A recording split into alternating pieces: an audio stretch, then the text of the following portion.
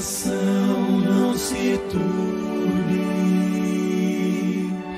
Crede sempre em Deus, crede em mim. Há mansões na casa de meu Pai, e vou preparar-vos um lugar.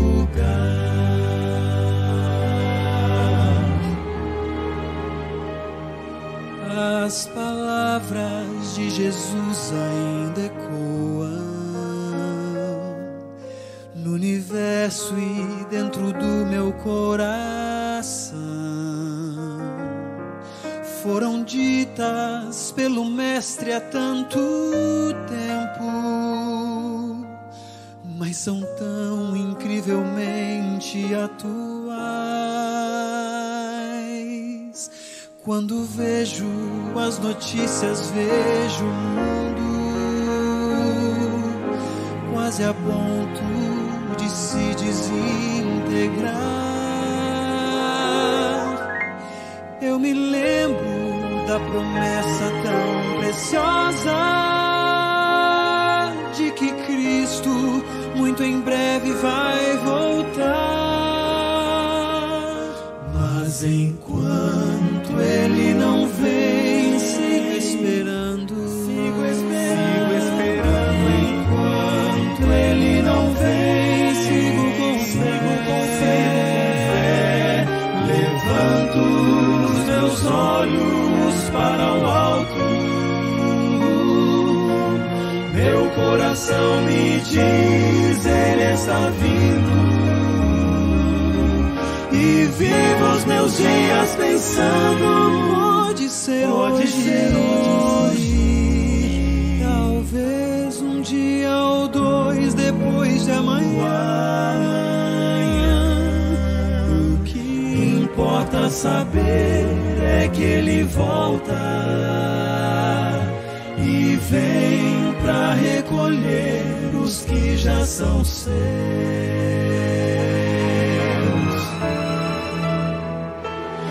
Meu maior desejo um dia é abraçá-lo e lançar-me aos seus pés em gratidão. Contemplá-lo face a face como os anjos e tocar as mãos feridas lá na cruz. Quando penso que este dia está chegando, quando o mal já não mais existirá, eu me animo e renovo as minhas forças, na certeza de que o céu será meu lar. Mas enquanto Ele não vem, sigo esperando. Enquanto Ele não vem, sigo com fé. Levanto os meus olhos para o alto. Meu coração me diz, Ele está vindo. E vivo os meus dias pensando, pode ser hoje. Talvez um dia ou dois depois de amanhã. O que importa saber é que Ele volta e vem para recolher os que já são seus. E vem para recolher os que já são seus.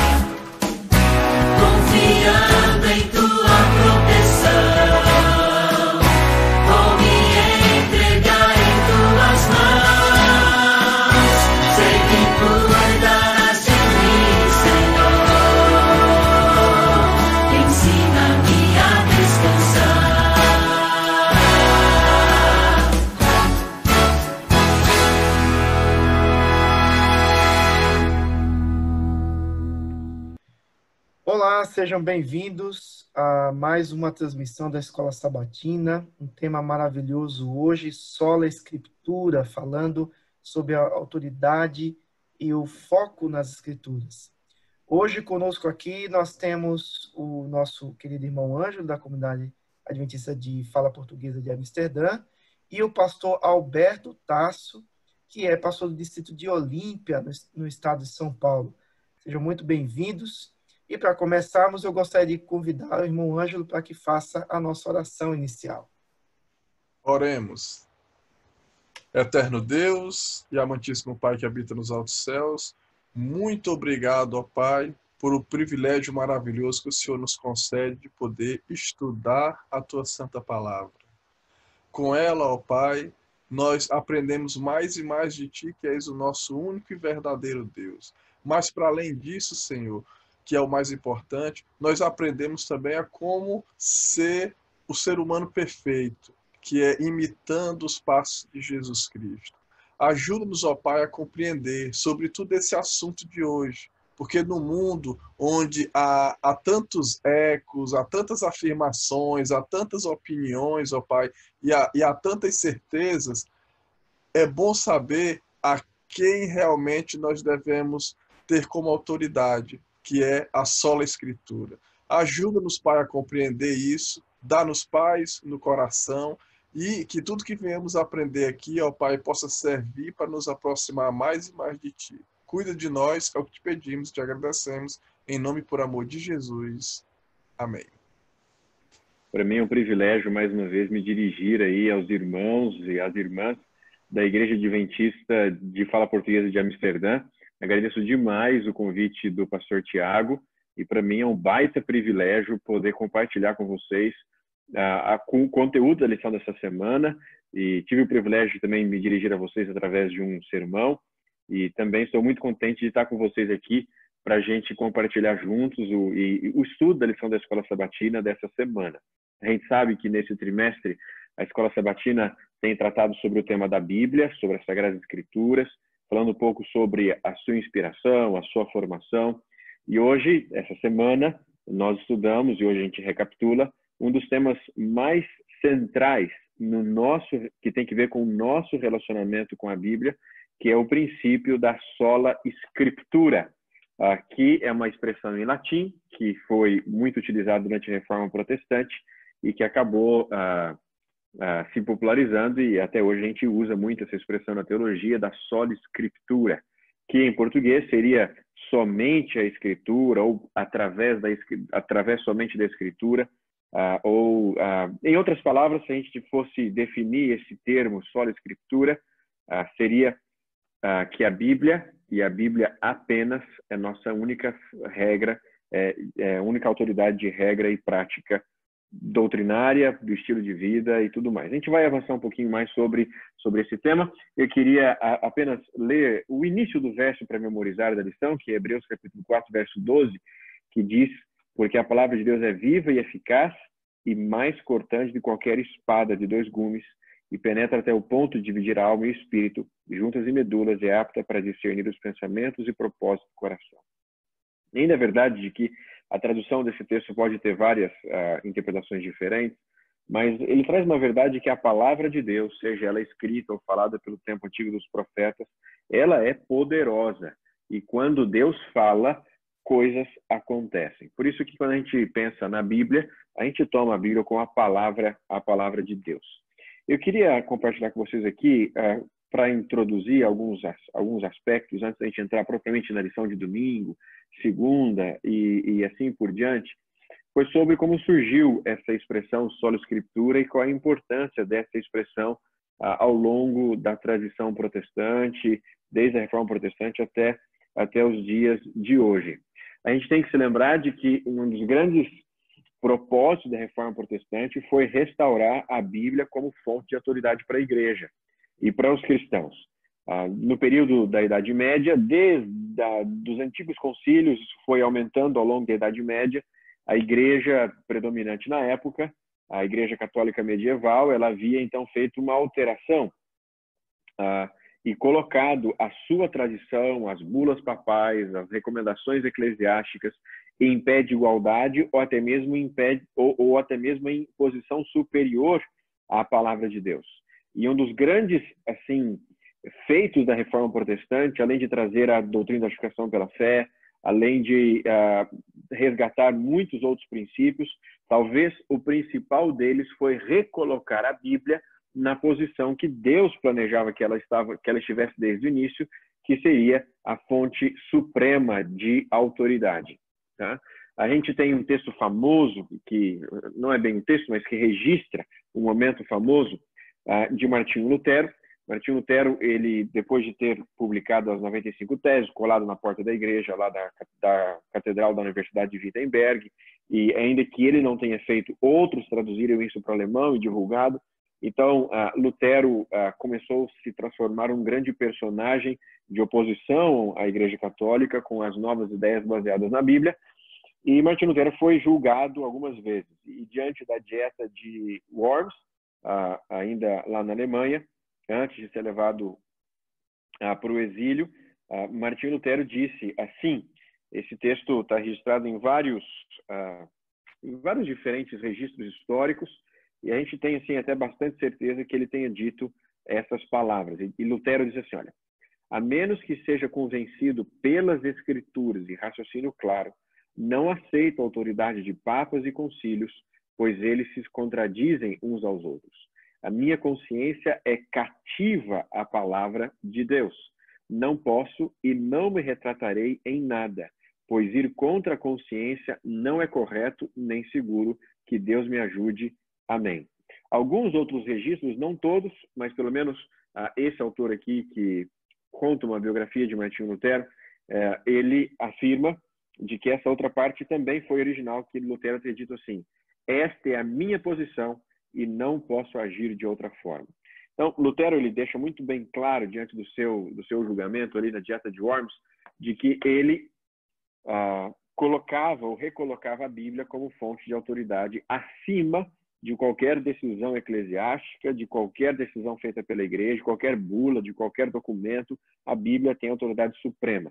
E isso, em resumo, é o que a gente entende por sola escritura, ou pela Bíblia, a autoridade da Bíblia e a Bíblia somente. É um livro que ele foi publicado agora pelos 500 anos da Reforma Protestante. Ele diz assim, olha, a Escritura deve ser interpretada pela Escritura e não pela tradição ou pelo ensinamento dos pais da Igreja, pois eles mesmos apontam para a Escritura como fonte primária. Então, a Bíblia deve interpretar ela mesma, e ela é a fonte suprema de autoridade.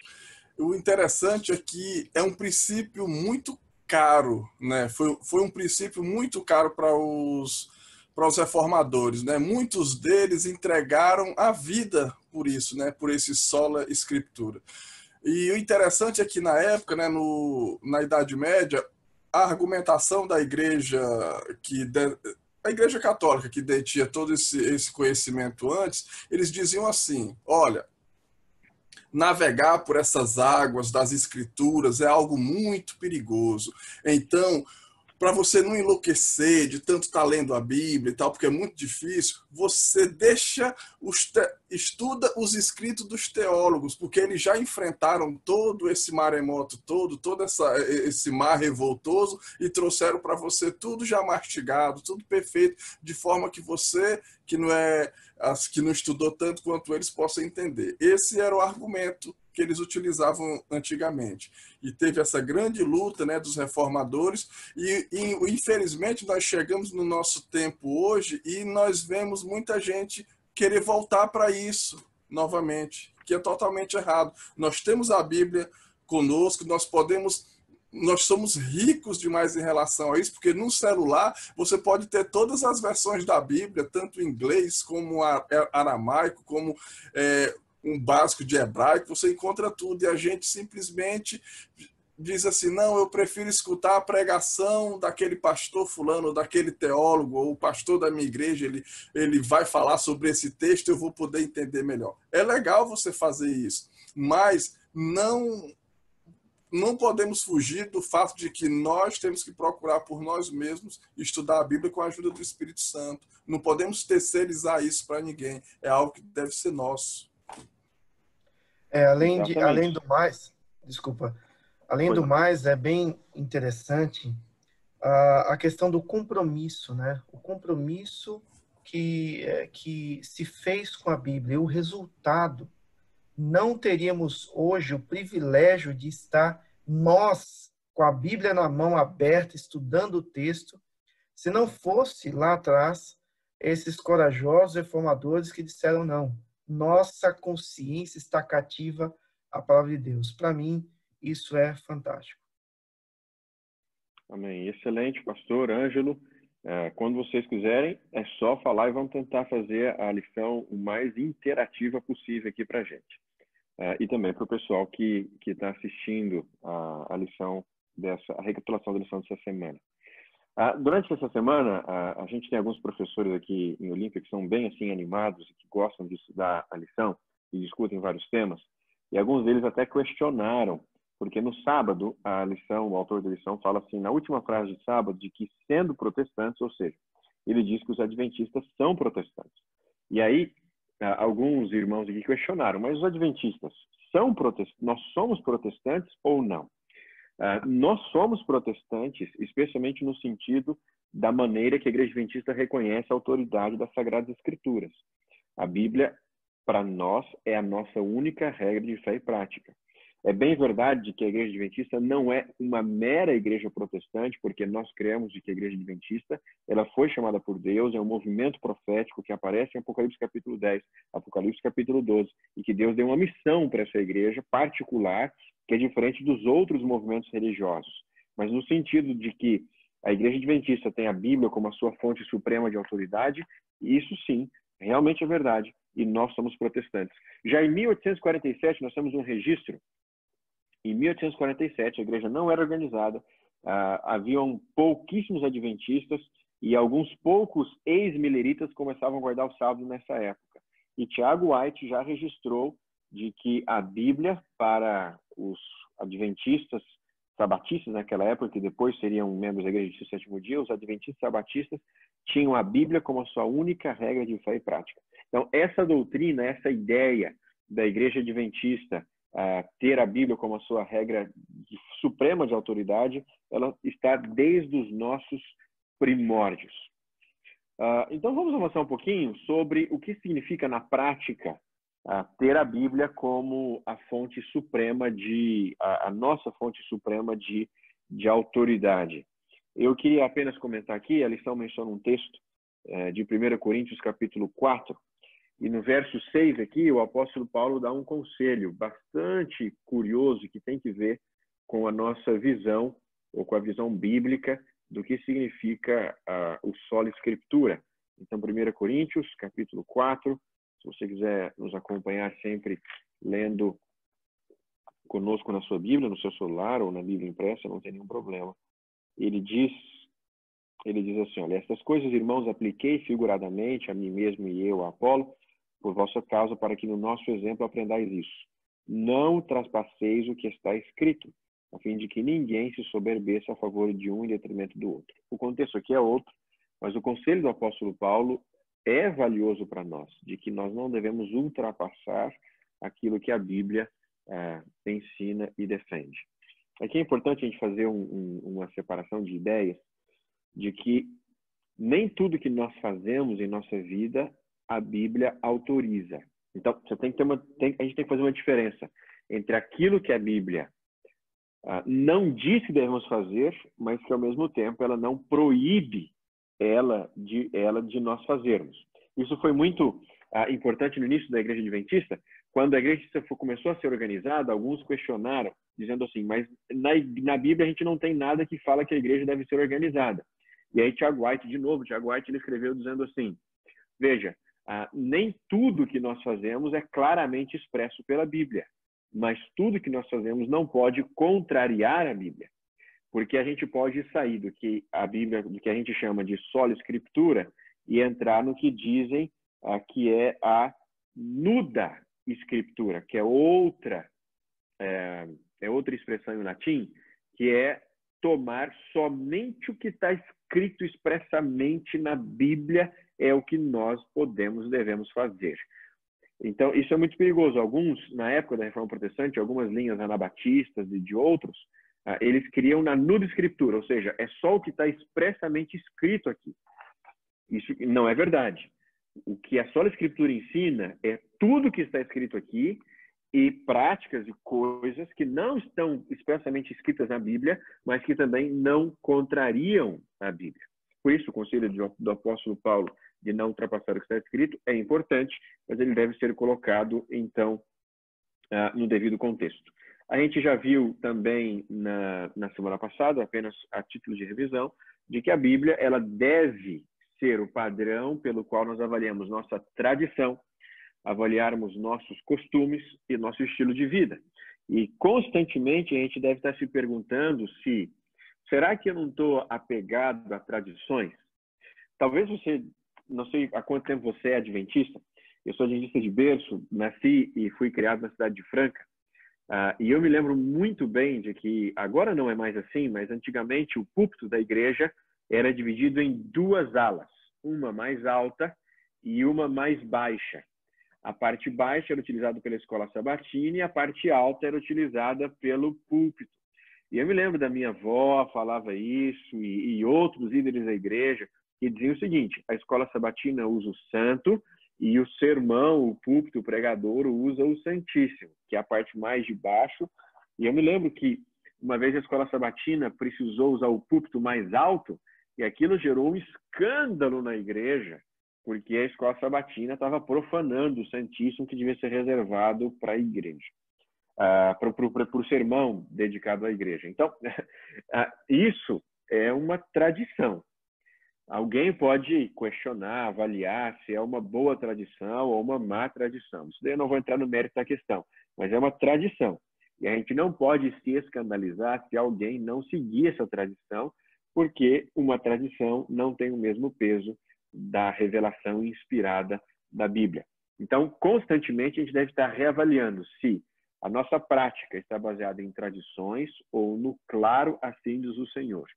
Se o nosso estilo de vida é baseado em tradições ou assim diz o Senhor. Ou se nossa cultura, ela está influenciando demais sem eu olhar, então, o que a Bíblia diz. Então, a gente tem que sempre estar, como cristãos, vivendo sempre de olho aberto para que a gente possa sempre colocar a Bíblia no lugar que ela merece, de que ela está, ou que ela deveria estar. Um outro princípio essencial, veja, aqui a lição trata de dois princípios derivados do sola escritura, que são duas conclusões que nós tiramos de que a Bíblia somente é nossa regra de fé e prática e é a autoridade suprema para questões doutrinárias de nosso estilo de vida. E os dois princípios que a lição trata é a unidade das escrituras. São três princípios, na verdade, né? Você pode unir dois: unidade e clareza das escrituras, e depois um outro princípio é que as escrituras interpretam elas mesmas. A Bíblia, nós temos que olhar sempre para ela como um todo. Nós nunca podemos ler a Bíblia de forma descontextualizada ou ignorando outras partes, ou porque elas são difíceis de entender, ou então porque eu simplesmente as rejeito porque elas são contrárias ao meu pensamento. Então, junto com sola escritura, tem outro princípio da reforma, que é o princípio verdadeiro que nós devemos aplicar hoje, que é o princípio da tota escritura. Ou seja, a Bíblia toda é autoritativa. Não é só o Novo Testamento. O Antigo Testamento também tem autoridade. O Novo Testamento também tem autoridade. E as duas autoridades são idênticas. O Novo Testamento não tem mais autoridade que o Antigo, nem o Antigo mais que o Novo. Ambos são autoridade. Ambos são inspirados por Deus. E eu, quando me relaciono com a Bíblia, eu devo olhar a Bíblia como um todo e não somente como uma parte ou aquilo que eu gosto e aquilo que eu não gosto. Ângelo, por favor. Em relação ao que Paulo falou, é muito interessante, né? Porque quando a gente vai além das escrituras, pode causar um fanatismo, mas você ficar aquém das escrituras também é perigoso. Você nunca chega a ser um desleixo espiritual. Então a gente tem que estar sempre procurando encontrar um equilíbrio, né? E o equilíbrio você encontra dentro da própria escritura também. E isso é maravilhoso, que ela se auto-interpreta. Com relação ainda à unidade das escrituras e à própria escritura, a gente tem que ter em consideração de que um dos princípios muito importantes para estudar um tema na Bíblia é olhar a Bíblia como um todo. Então quero estudar sobre o tema da volta de Cristo. Então eu não olho só o Apocalipse ou só o Mateus capítulo 24. Eu devo ter em mente o que toda a Bíblia fala sobre esse assunto. Essa era a forma que os autores do Novo Testamento utilizaram para escrever os seus livros. Então, o Novo Testamento, ele escreve os seus livros citando vários livros do Antigo Testamento. Então, a própria maneira que os profetas e apóstolos se relacionavam com o Antigo Testamento é uma lição para nós de como nós devemos relacionar também com a Bíblia toda, olhando a Bíblia como um todo e não só apenas partes desconexas. Porque, veja, se eu não olhar a Bíblia como um todo, eu posso defender quase qualquer doutrina utilizando só a Bíblia, se eu não analisar todos os textos. Então, aqui no domingo à noite, a gente tem fazendo transmissões evangelísticas, e no domingo passado a gente estudou sobre o tema da morte. E quando a gente olha sobre o tema da morte na Bíblia, por exemplo, eu posso ficar confuso com uma série de textos que parecem defender a imortalidade da alma, a existência de um plano intermediário, um tal de seio de Abraão, como Lucas 16 conta. Então, eu preciso olhar o que toda a Bíblia fala para que eu possa ter clareza sobre esse tema. E isso só é possível porque a Bíblia ela tem uma unidade. Ela é um livro, apesar de ser uma coleção de livros, ela se transforma num livro indivisível que nós chamamos e entendemos como Palavra de Deus. A Palavra de Deus inclui todos os livros. E por mais que são mais de 40 autores, aí, algumas estimativas apontam, eles não se contradizem e a Bíblia, então, forma uma unidade perfeita e única, e que isso nos faz ter a certeza de que ela foi inspirada e de que, analisando toda a Bíblia como um todo, nós podemos extrair verdades extraordinárias. Outro princípio que está ligado a esse da unidade das Escrituras é a clareza das Escrituras, ou seja, ao mesmo tempo que a Bíblia ela é uma unidade, ela é perfeitamente acessível a qualquer pessoa.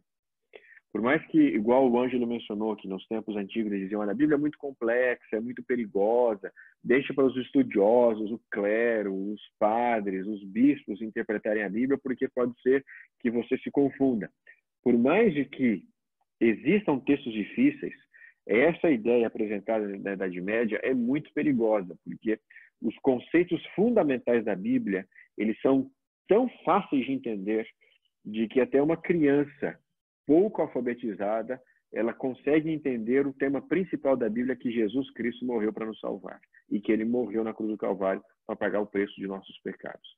Então, esses elementos da Bíblia, eles são muito claros, e as verdades fundamentais, elas são acessíveis a qualquer pessoa. Mesmo um analfabeto que não sabe ler a Bíblia, se alguém tiver disposição e explicar a Bíblia para ele, ele conseguirá entender o essencial para a sua salvação.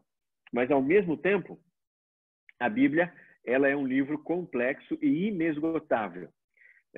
Se você ler uma reportagem de um jornal, não sei qual é o jornal mais importante aí da Holanda, a qual que é o mais famoso, que todo mundo lê, não sei qual é esse jornal. Aqui no Brasil a gente tem Folha de São Paulo, Veja, sei lá. Na Holanda deve ter alguns, 2 ou 3 jornais aí principais. Se você pega um artigo de jornal, um bom artigo de jornal, bem escrito pelo repórter mais talentoso, você pode ler uma vez esse texto, você pode ler 2 vezes esse texto, e você já extraiu, até uma terceira vez, e aí você já extraiu tudo que esse texto tinha de informações e de beleza para te encantar, para te instruir, porque é um texto finito. Mas a Bíblia, por sua natureza inspirada, ela é um texto infinito.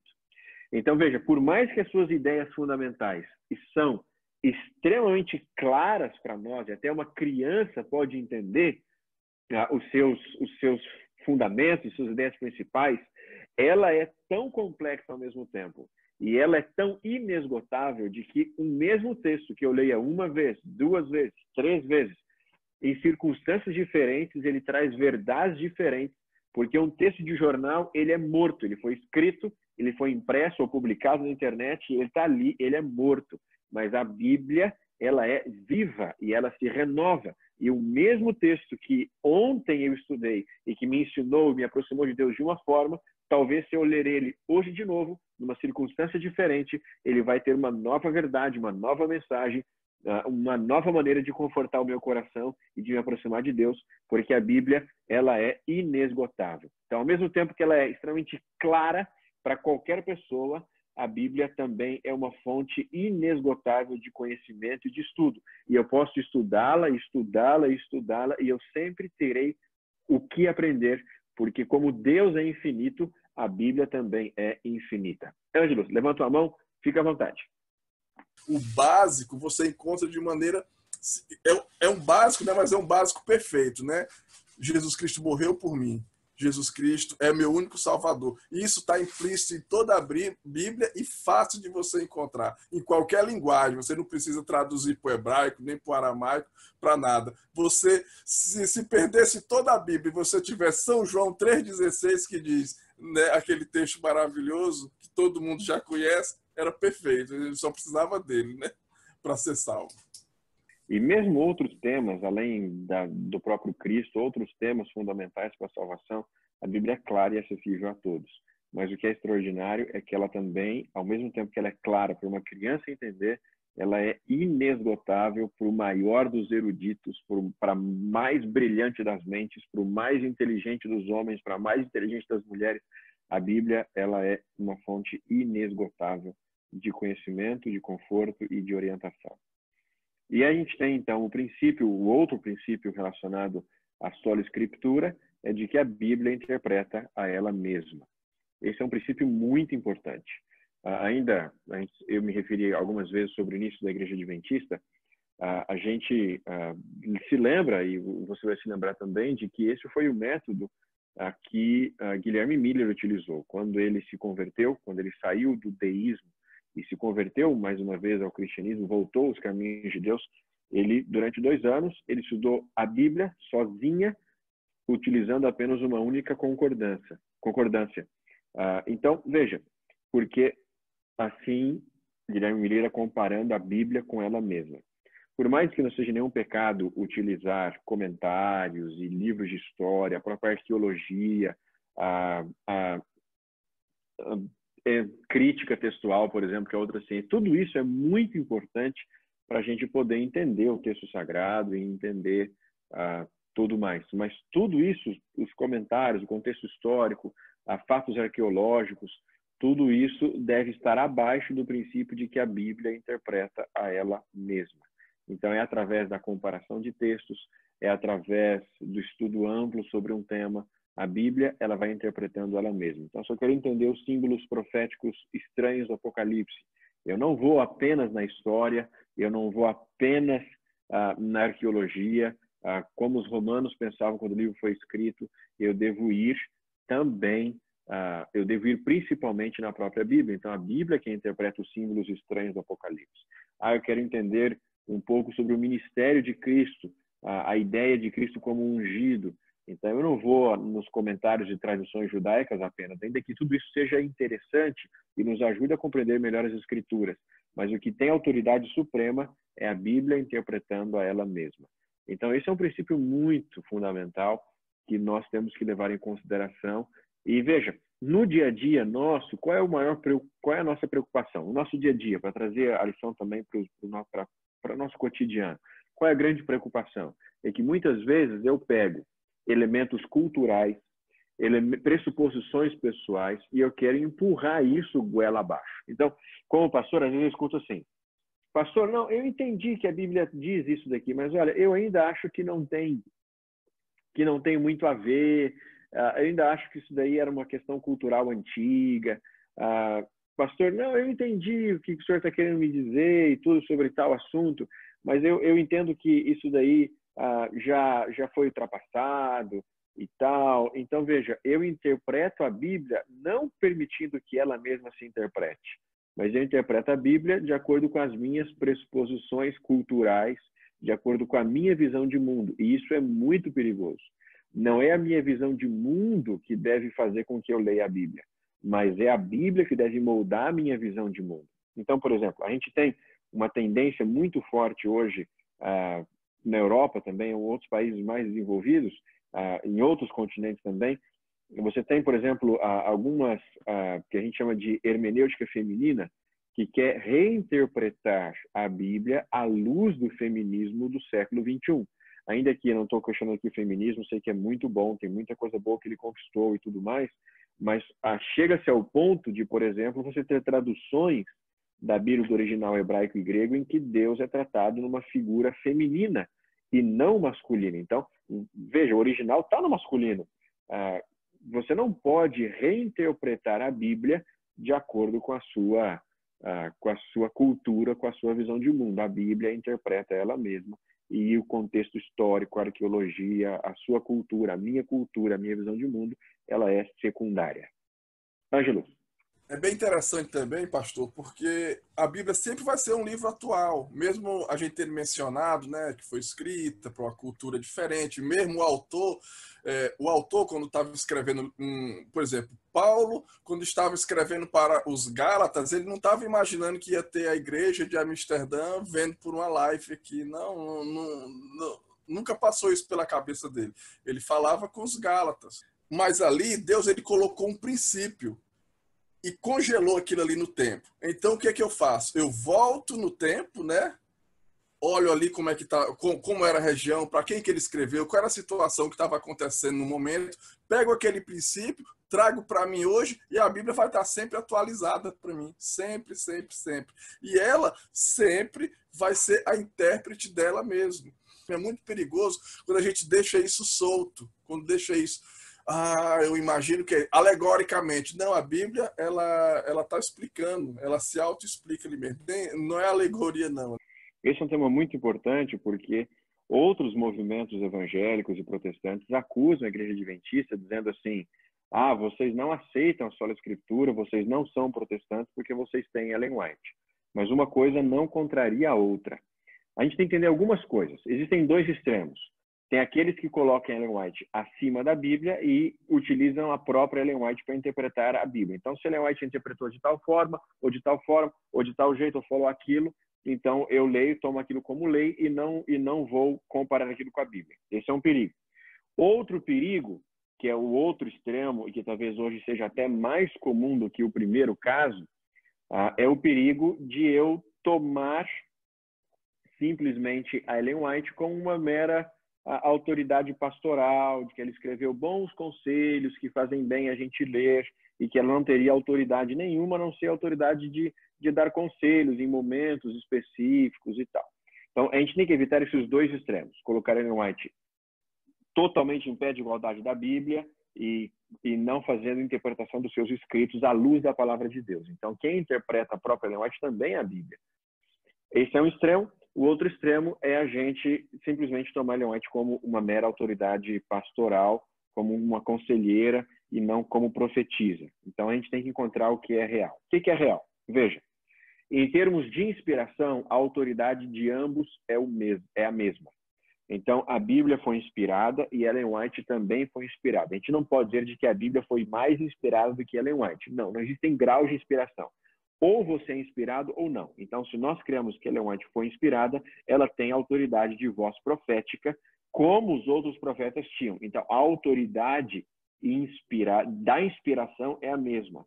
Mas a autoridade em relação à função, ela é diferente.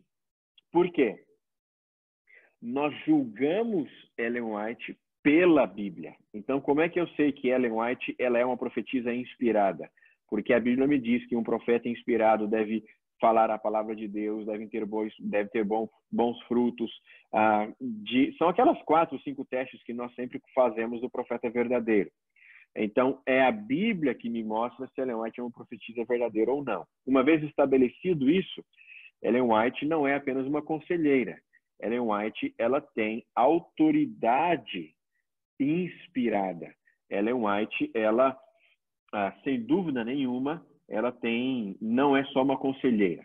Então, para a gente avançar um pouquinho, a própria Ellen White diz, como o Ângelo mencionou, de que se nós estudássemos a Bíblia como nós deveríamos ser estudados, a igreja e o povo de Deus, não seria necessário Deus ter chamado ela para o ministério profético. A Bíblia é suficiente para preparar a igreja para o final dos tempos. Mas como nós não estudamos, Deus utilizou Ellen White para dar testemunhos mais claros e diretos, preparando a igreja para o final dos tempos. Agora, não é porque a Bíblia é suficiente que eu posso ignorar Ellen White. Não. Se Deus escolheu chamá-la, eu devo tomá-la como uma autoridade, uma voz profética, uma autoridade inspirada. Como é que a gente entende, só para fechar aqui a ideia, e aí deixa o Ângelo falar e a gente já caminha para o apelo final. Como é que a gente entende a expressão de Ellen White de que ela é uma luz menor que nos leva até a luz maior? Ela é a luz menor e a Bíblia seria a luz maior. Ela não está dizendo de que ela é menos inspirada do que a Bíblia. Não, ambos são igualmente inspirados. Eu gosto muito de uma analogia proposta em várias explicações dessa luz menor para a luz maior, que é a analogia do telescópio. Quando a Bíblia é o céu com as estrelas. E eu, sem telescópio, a olho nu, eu posso olhar aquele céu, eu posso observar o céu, e eu posso contar as estrelas, eu posso observar e enxergar muitas coisas. Mas quando eu leio a Bíblia junto com Ellen White, é como se eu observasse o céu com um telescópio. O telescópio me aproxima do céu, eu vejo detalhes que antes eu não enxergava. Eles estavam lá, mas eu não enxergava. Então, veja, quando as doutrinas estão todas na Bíblia, mas quando eu leio a Bíblia associada ao Espírito de Profecia, associada a Ellen White não cria novas doutrinas, ela não acrescenta novas verdades, mas ela nos auxilia a enxergar verdades que estão na Bíblia, mas que sem ela seriam mais difíceis de serem encontradas. Então, por isso que ela é a luz menor que nos guia até a luz maior. Então, o apelo que eu faço para você é para que você leia os dois. Leia Ellen White e leia a Bíblia. Mas a Bíblia sempre deve ter prioridade, porque ela através da Bíblia que nós interpretamos também os ensinos de Ellen White. Ângelo, pode falar? E depois a gente vai fazer o apelo final e encerrar a nossa lição. Toda vez que a gente ia chegar num ponto em relação a uma doutrina, era com muito estudo da Bíblia, muito estudo da Bíblia. E Deus estava lá, estava presente, irmão White estava presente. E Deus, ele só dava uma visão depois que aquelas pessoas passavam dias estudando até chegar. Aí Deus dava uma visão só para confirmar que aquela decisão que eles tinham encontrado estava certa. Enquanto não via a visão, eles diziam, não, ainda não. Exatamente. Bom, nós estamos chegando aqui no final, mas eu gostaria de dividir com você um texto de sexta-feira que eu achei fantástico, que fecha legal um pouco disso, e o pastor Alberto Tasso pode complementar e depois encerrar já com oração. Aqui diz: o estudo da Bíblia exige nosso mais dedicado esforço e perseverante meditação. Com o mesmo empenho e persistência com que o mineiro cava para obter o dourado tesouro da terra, devemos procurar o tesouro da palavra de Deus. Maravilhoso, pastor Alberto. Pode concluir, por gentileza? Muito bem. O apelo que a gente faz é para que você, primeiro, permita que a Bíblia molde a sua visão de mundo, molde o seu comportamento e molde as doutrinas às quais você professa. Permita que a Bíblia seja a autoridade suprema na sua vida. E quando você, ao estudar a Bíblia, ou ao ouvir uma mensagem bíblica, e perceber de que algo que a Bíblia diz está contrário à prática que eu estou tendo, que eu tenha coragem de mudar o meu comportamento sempre à luz da palavra de Deus. E o apelo que eu faço para você é para que você leia este livro. Aproveite, quem sabe, esse momento de isolamento social, de quarentena, em que nós estamos ficando mais em casa. Quem sabe maratonar um pouquinho menos no Netflix, no Amazon Prime e outras coisas. E quem sabe dormir um pouquinho mais cedo, para acordar um pouco mais cedo, para ler a palavra de Deus. Agora, não é só ler como se fosse um amuleto mágico. Eu leio um versinho todo dia antes de sair de casa. Isso não é estudar a Bíblia. Estudar a Bíblia é realmente, como está no texto aí que o pastor Tiago mencionou, é cavar os tesouros. É você ler uma outra vez, ler um comentário, ler o que Ellen White comenta sobre o assunto, comparar outros textos, realmente estudar a palavra de Deus. E isso vai transformar a nossa vida. Gente, muito obrigado pelo convite que vocês me fizeram. Para mim foi um privilégio poder repartir esse momento e esses conceitos aqui do Sola Escritura que nós estudamos na lição de escola sabatina dessa semana. Podemos orar? Convido você a fechar os seus olhos para nós orarmos a Deus pedindo a bênção dele sobre nós. Nosso grande Deus, muito obrigado porque o Senhor nos deu a tua palavra. Apesar de pelo pecado, Senhor, não podemos vê-lo face a face, apesar, Senhor, de pelo pecado estarmos afastados de alguma forma de ti, através da tua palavra o Senhor se comunica e fala conosco. E esta palavra, Senhor, é viva, ela se renova a cada dia e ela sempre é fonte segura de instrução, de conforto e de conhecimento. Senhor Deus, nos abençoe este teu povo, abençoe, Senhor, estes que estão nos escutando, para que todos nós possamos ter o desejo de estudar a tua palavra, de ter a coragem de pautar e moldar nossa vida à luz dos ensinos da tua palavra, Senhor. Nos fortaleça, abençoe esta igreja, abençoe, Senhor, este país, para que as decisões tomadas em relação à Covid-19 sejam as mais acertadas, para que logo possamos voltar a congregar e voltar à normalidade também. Senhor Deus, nos abençoe, em nome de Jesus. Amém.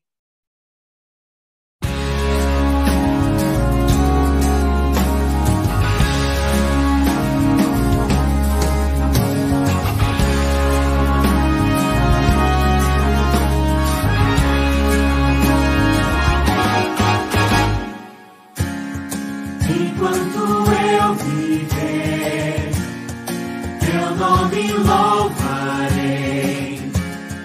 Nada me impedirá de sempre adorar, Senhor. Os teus lábios dirão que tu és Senhor. O mundo verá teu poder. Céus e terra irão te adorar, meu Deus. Teu nome exaltará. Sejas louvado, Senhor e meu Deus. Tu és a glória e teu é o poder.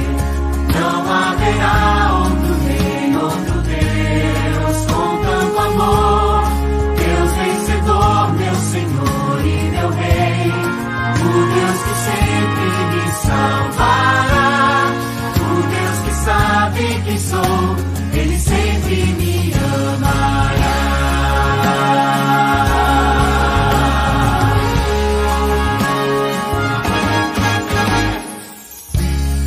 Tu és o Salvador, Deus sempre é o louvor. Meus lábios cantarão em teu louvor, Salvador. As vitórias que eu alcançar aqui irão me lembrar quem tu és, pois vitórias sem ti não existirão.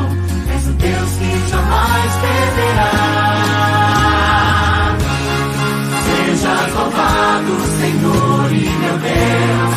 Tu és a glória e teu é o poder. Não haverá outro rei, outro Deus com tanto amor. Deus vencedor, meu Senhor e meu Rei. O Deus que sempre me salvará. O Deus que sabe quem sou.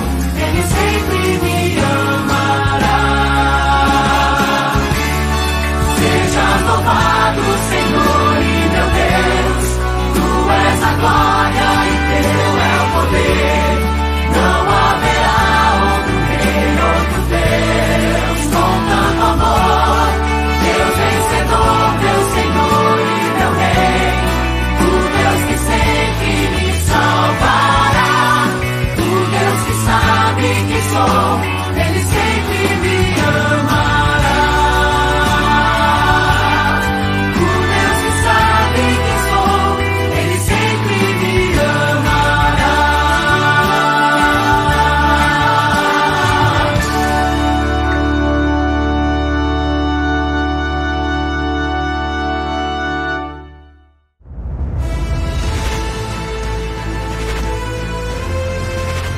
Provai e vede.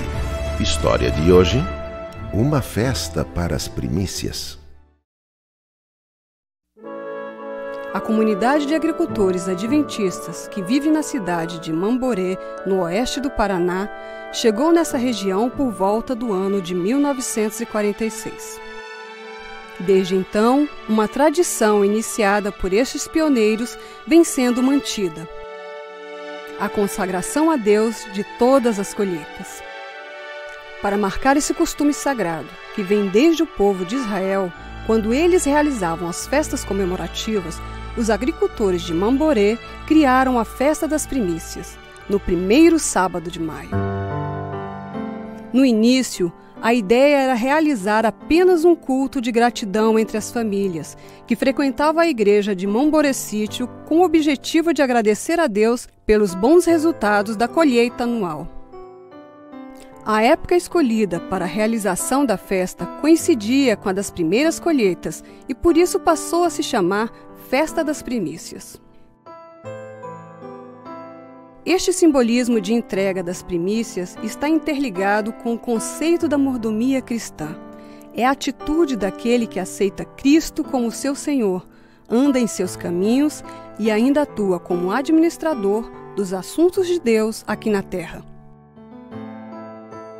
Há 17 anos, a festa é realizada na igreja de Mamborê Sítio, quando mais de 3.000 pessoas celebram a consagração a Deus, as suas vidas, seus talentos, seu tempo e seus bens.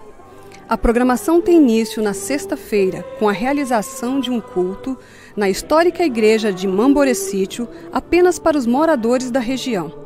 Além dos agricultores, a pequena igrejinha rural recebe convidados especiais que farão parte da programação na grande festa espiritual que acontece no dia seguinte. Quando lemos esse texto, we learn a very simple principle. No sábado pela manhã, uma multidão vinda de diversos lugares do país já está se movimentando de um lado para o outro, revivendo as grandes campais que aconteciam na época dos pioneiros. A grande tenda montada especialmente para a festa reúne todos os participantes num só espírito de adoração a Deus. O programa desse dia é especialmente pensado para que cada participante se envolva no significado da festa e possa levar para suas casas, igrejas e famílias uma atitude de fidelidade como fiel mordomo de Deus.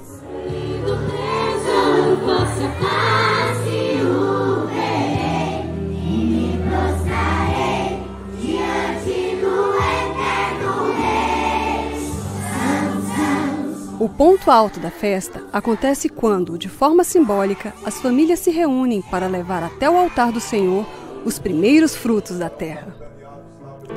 Cada família separa o que colheu de melhor para representar sua atitude de fidelidade para com Deus e, de forma bem organizada, em profunda reverência, entram pelo meio da tenda, dando à cerimônia um lindo significado a essa celebração espiritual. Nem todos os que assistem esse filme, neste momento, são agricultores, mas todos são chamados a trazer as primícias das bênçãos recebidas através dos dízimos e ofertas.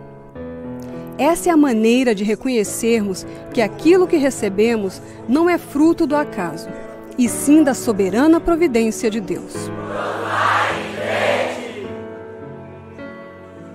E agora, eu os convido para esse momento especial de adoração através dos dízimos e das ofertas.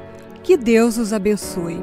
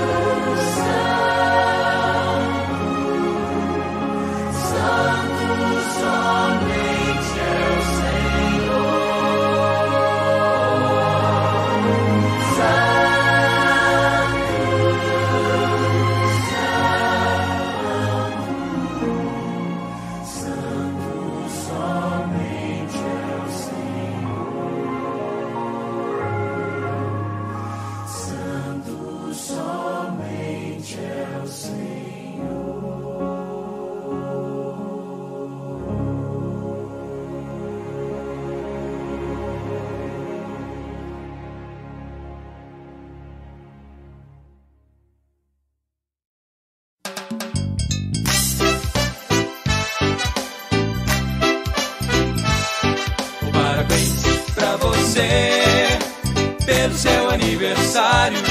Queremos que Deus lhe dê muita paz no coração.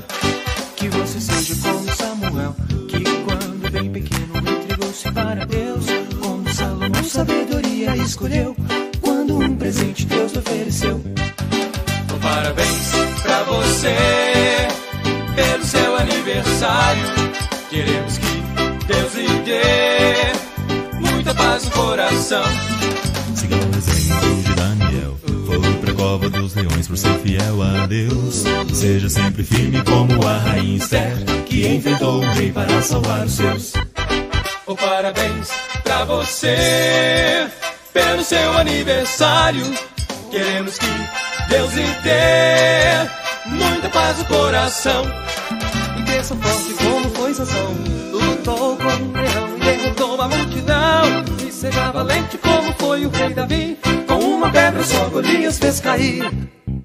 Parabéns pra você pelo seu aniversário.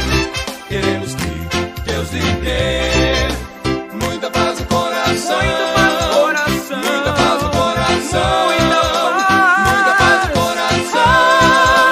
Muita paz no coração. Muita paz no coração.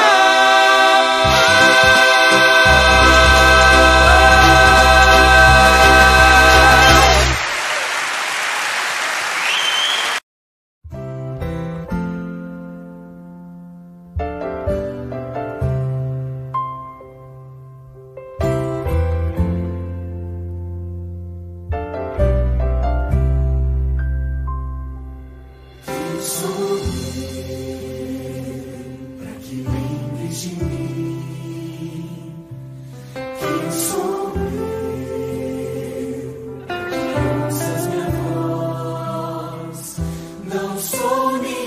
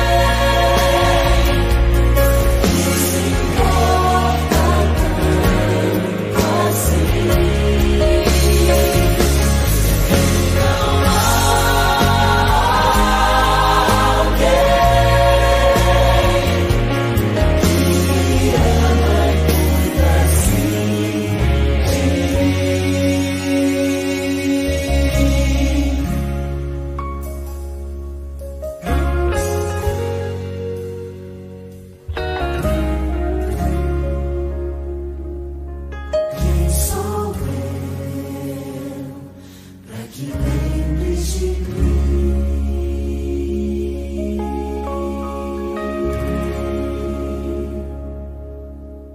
Olá, meus amigos queridos do Brasil e de outros países de fala portuguesa. É muito bom estar com vocês.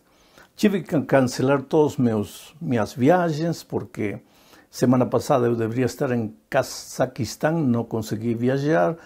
Esta semana deveria estar na República Dominicana, também cancelei. Próxima semana em Panamá, não irei. Quer dizer, o mundo está parado. Estamos vivendo tempos de crises. Não é imaginação, é uma realidade e precisamos levar a sério esta questão. No entanto, em circunstâncias assim, aparecem informações de todo tipo. Há gente que se aproveita desse momento para assustar ao povo, inclusive com a Bíblia aberta.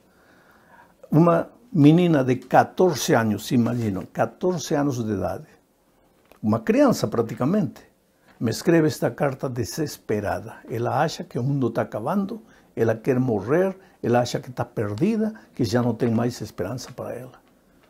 Então, eu decidi abrir a palavra de Deus e ler qual é a mensagem que Deus tem para seu povo neste momento. Então, permita-me ler Marcos capítulo 4, versos 35 ao 40. Diz assim: Naquele dia, sendo já tarde, disse-lhe Jesus: passemos para outra margem. E eles, despedindo a multidão, o levaram assim como estava, no barco, e outros barcos o seguiam.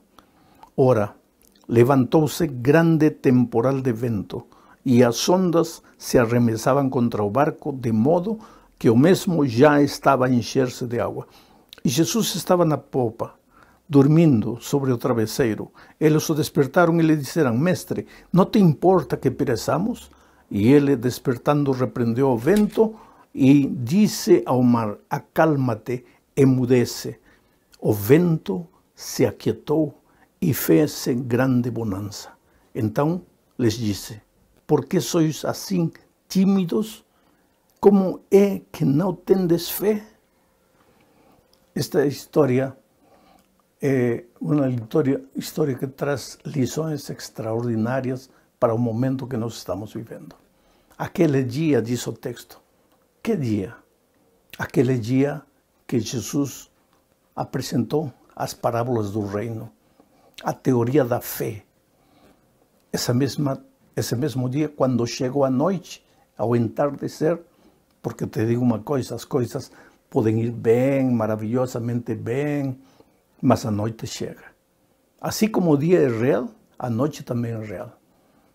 E quando chega a noite, chega o frio, chega a escuridão, as trevas, e muitas vezes chega o temor e o medo. Aquele dia, durante o dia, Jesus tinha ensinado a teoria da fé. À noite, ele precisava ensinar aos discípulos a prática da fé. Porque o Evangelho não é apenas teoria. O Evangelho é teoria e prática. Você conhece intelectualmente o que Jesus diz, mas você precisa viver na vida real o que Jesus disse. Eles precisavam aprender a confiar em Deus em meio das dificuldades, em meio das provações. Aquela tempestade lá no Mar de Galileia não era uma ilusão, não era uma fantasia. Era uma tempestade real, como o problema real que o mundo está enfrentando nestes momentos. Mas, faço uma pergunta. Jesus sabia que aquele vento estava esperando pelos discípulos? Sabia, claro que sabia. Jesus é Deus.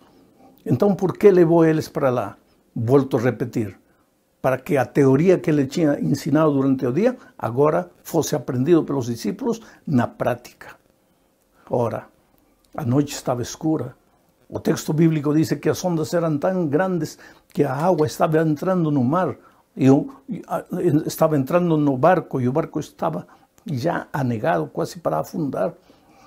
Para os discípulos gritarem de medo. Para os discípulos buscarem o Jesus desesperados. Aquela tormenta deve ter sido muito grande, porque os discípulos eram pescadores, homens feitos no mar. Não era uma tempestade qualquer que assustaria eles. Mas aquela noite eles estavam assustados.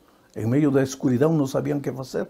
Correram onde Jesus. E o que estava fazendo Jesus? Estava dormindo, tranquilo, como se nada acontecesse. E eles reclamaram com o mestre. Disseram: mestre, não te importa que pereçamos? Que pergunta. Como é que Jesus não vai se importar com a dor que você está vivendo? Com a dificuldade que você está vivendo? Como você acha que Jesus, neste momento, não vai se importar com o drama que o mundo está enfrentando? Claro que ele sabia. Se levantou, repreendeu ao mar, o mar se acalmou. Mas o problema dos discípulos não era a tempestade. O verdadeiro problema era a falta de fé. De manhã, durante o dia, eles tinham aprendido a teoria da fé. Quando chegou a noite, eles deveriam aprender a prática da fé e fracassaram.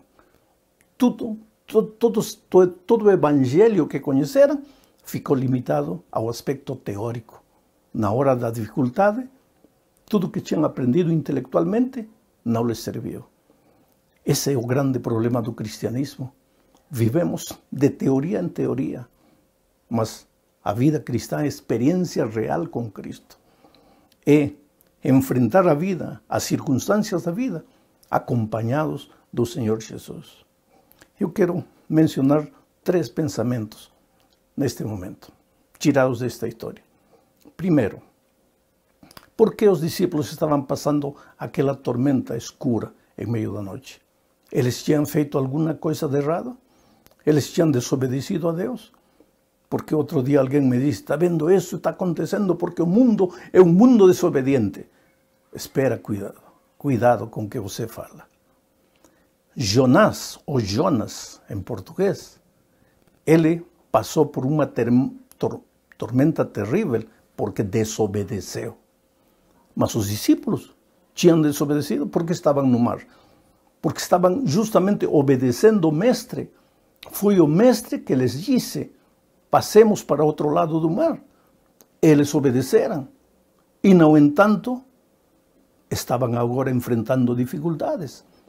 Quer dizer que se você desobedece, podes enfrentar as dificuldades desta vida.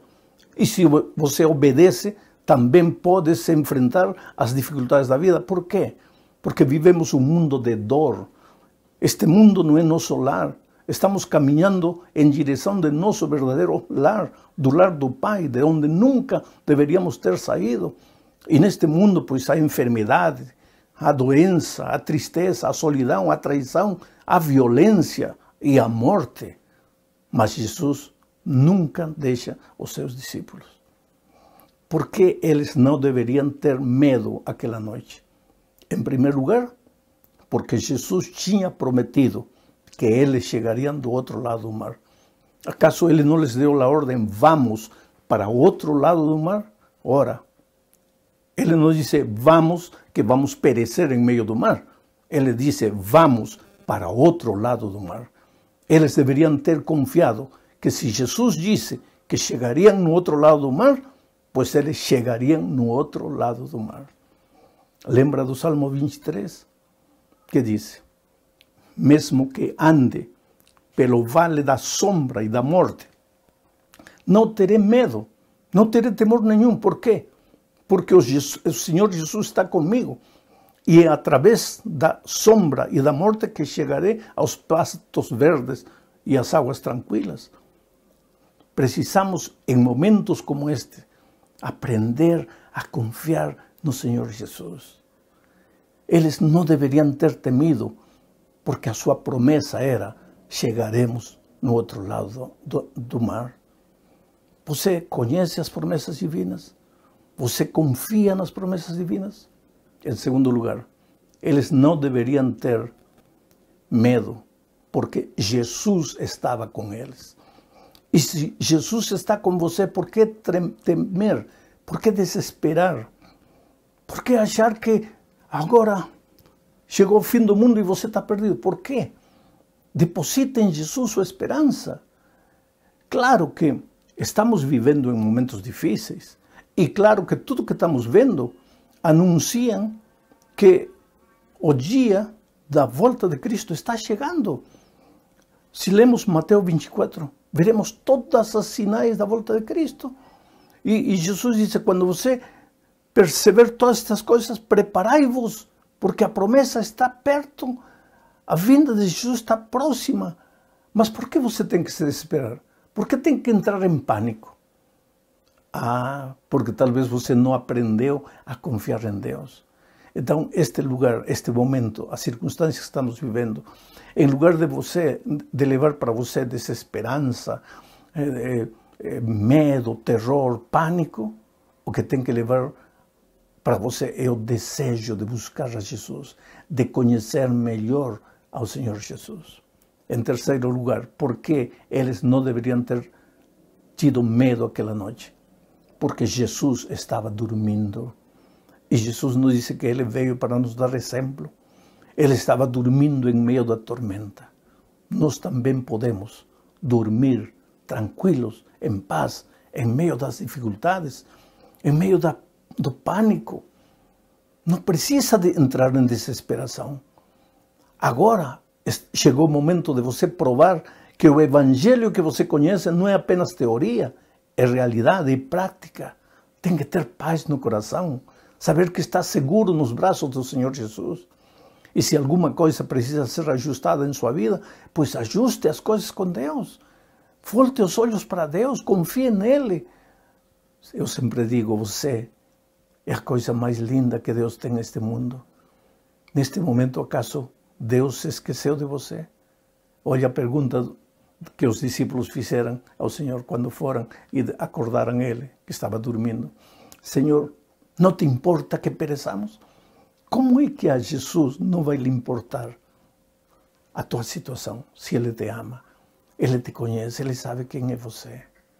Por favor, querido, nestes momentos, enfrenta tudo que venha, mas enfrenta com fé, com a segurança de que teu coração, de que tua vida está nas mãos de Jesus. Eu vou te contar uma experiência minha, personal, que aconteceu há muitos anos atrás. Eu era um jovem pastor. Minha esposa estava esperando o nosso primeiro filho. Eu me estava afundando no mar. Eu já tinha tragado água, já estava me afundando. Eu vi a morte de perto, mas quando olhei para a praia, lá estava minha esposa, com meu primeiro filho na barriga. Então clamei a Deus, Senhor, eu preciso ver meu filho, eu não posso morrer. Eu não posso deixar essa mulher com um filho sem pai. Por favor, Senhor, me salva. E não sei o que aconteceu, eu afundei. Mas quando acordei, eu já estava na praia. A equipe de resgate tinha chegado. Joguei muita água dos que tinham tragado, mas aqui estou eu. Ao longo da minha vida, tenho sentido a mão poderosa de Deus. Trabalhei 3 anos na Amazônia. Muitas vezes, à mercê das feras, dos insectos, da escuridão, perdido. E, no entanto, aprendi a desenvolver a confiança em Deus. Saber que nunca estou sozinho, que as coisas podem parecer escuras, que desde o ponto de vista humano tudo pode parecer perdido, mas quando tudo parece perdido, Deus sempre está presente. Esta tormenta que o mundo enfrenta vai passar. Vai passar. Agora não pense que porque vai passar, não é uma mensagem que Deus nos dá. A mensagem é, filho, acorda, desperta, acerta a tua vida comigo. Aprende a viver a teoria do Evangelho. Aprende a confiar em mim, em meio da escuridão, em meio da enfermidade. Que Deus te abençoe ricamente. Eu quero fazer uma oração por você. Ó Pai querido, em muitos países as pessoas estão ouvindo esta mensagem. A palavra está chegando ao coração delas. Eu te suplico que em meio da turbulência que o mundo vive, a esperança brilhe no coração de cada filho teu. Talvez esta seja uma oportunidade para repensar a nossa própria história. Se porventura alguém que está assistindo este programa já foi membro de igreja, hoje está longe de Deus, longe da igreja, toca esse coração e traz-lo de volta. Se alguém estava na igreja, mas estava sem vida, acomodado, vivendo a mediocridade de uma vida que não tem sentido, acorda ele, Senhor. E se alguém estava bem, pois que ele renove sua comunhão contigo. Mas, Senhor, ajuda-nos a passar a tormenta que se avizinha, segurados de tua mão, confiando em teu poder, confiando em tua graça maravilhosa. Estende tua mão para aquelas pessoas que estão enfermas. Alivia a dor dos que estão sofrendo. Leva paz no coração dos aflitos.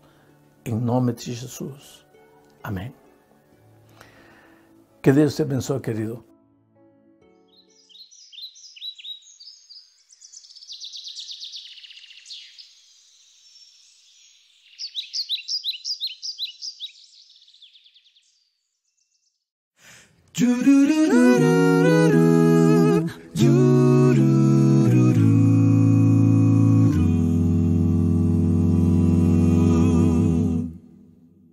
Eu vejo em seu olhar, não é fácil suportar.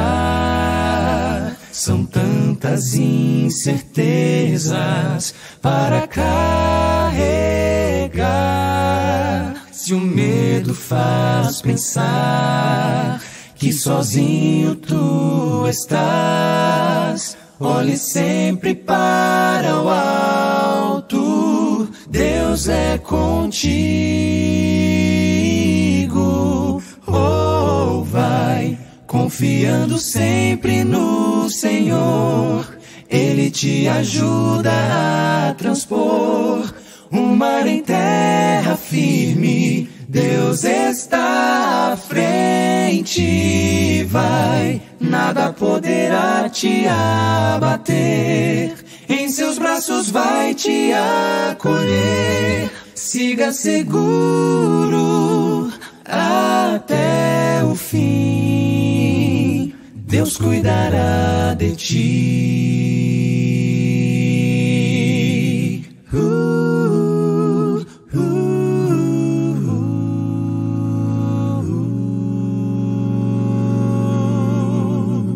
É tão difícil ver tanta coisa acontecer.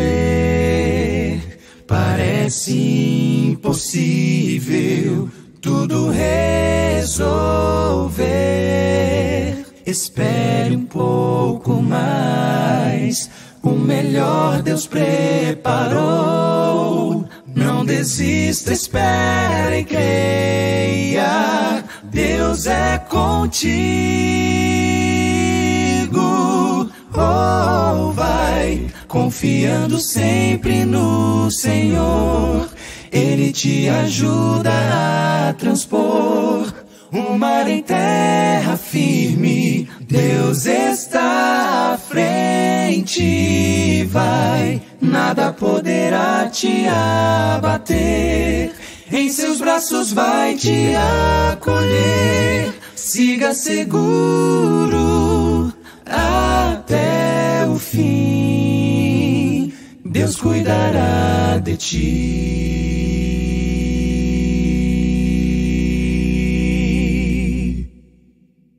Deus cuidará de ti a cada dia. Proverá, sim, cuidará de ti.